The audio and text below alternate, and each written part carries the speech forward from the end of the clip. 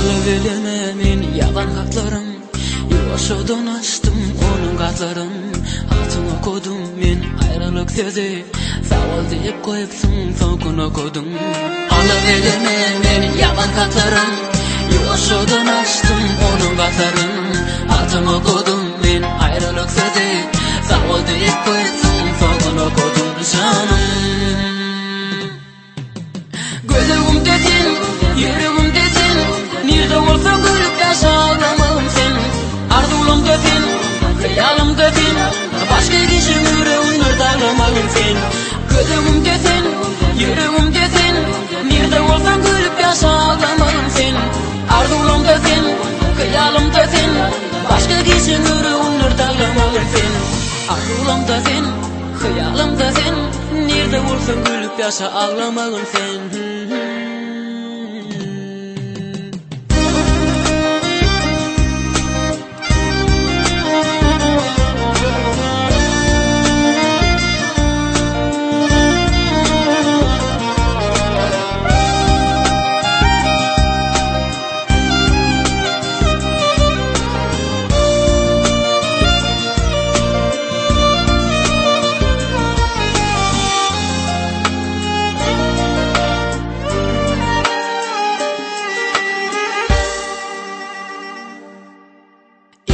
Sordum men bağıt kuşumu, kaybolsa kurşavalı menin taşımı.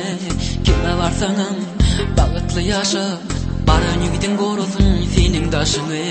Elinde sordum men bağıt kuşumu, kaybolsa kurşavalı menin taşımı. Kime varsanım bağıtlı yaşa, baran yigidin korusun senin taşını canım. Gözüm desin, yüreğim desin, nerede olsan gülüp yaşa ağlamalım sen. Arzulum desin, hayalım desin, başka kişinin yüreğini dağlamalım sen. Gözüm desin, yüreğim desin, nerede olsan gülüp yaşa ağlamalım sen. Arzulum desin, hayalım desin, başka kişinin yüreğini dağlamalım sen. Gözüm desin, yüreğim desin, nerede olsan gülüp yaşa ağlamalım sen. Arzulum desin, hayalım desin, başka kişinin yüreğini dağlamalım sen. Gözüm desin, yüreğim desin, nerede olsan gülüp yaşa ağlamalım sen. Arzulum desin, hayalım desin, başka kişinin yüreğini dağlamalım sen. Arzulum desin, hayalım desin, nerede olsan gülüp yaşa ağlamalım sen.